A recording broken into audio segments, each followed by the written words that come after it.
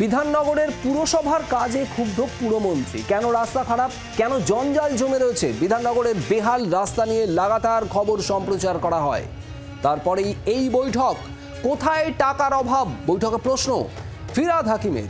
নগর উন্নয়ন দপ্তরের বিধাননগরের পুরকর্তাদের ধমক দেন রীতিমতো ফিরহাদ হাকিম।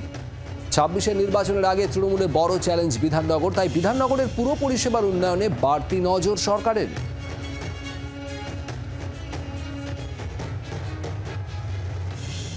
পৌরসভা রিসেন্টলি 100 কোটি টাকার ওপরে দিয়েছি সরকার থেকে। দ্বিতীয়ত হচ্ছে ওদের যেটা অসুবিধা সেটা হচ্ছে ল্যাক অফ ইঞ্জিনিয়ার্স।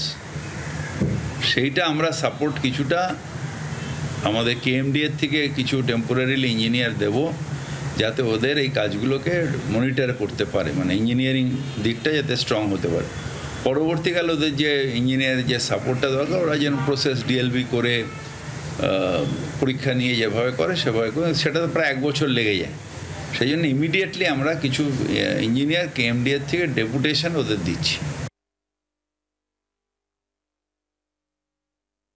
আমরা পৌরসভার রিভিউ মিটিংয়ে পরিবর্তনের কোনো কথা, পরিবর্তন কী হবে সেটা পার্টি ঠিক করবে। অভিষেক বন্দ্যোপাধ্যায় একটা রদবদল আমি শুনিনি, যেটা আমি শুনিনি, আমি কেন রদবদলের কথা উনি বলেছেন, রিভিউ করার কথা উনি বলেছেন, কিন্তু কখন কোথায় পাল্টানো হবে এটা আমি শুনিনি।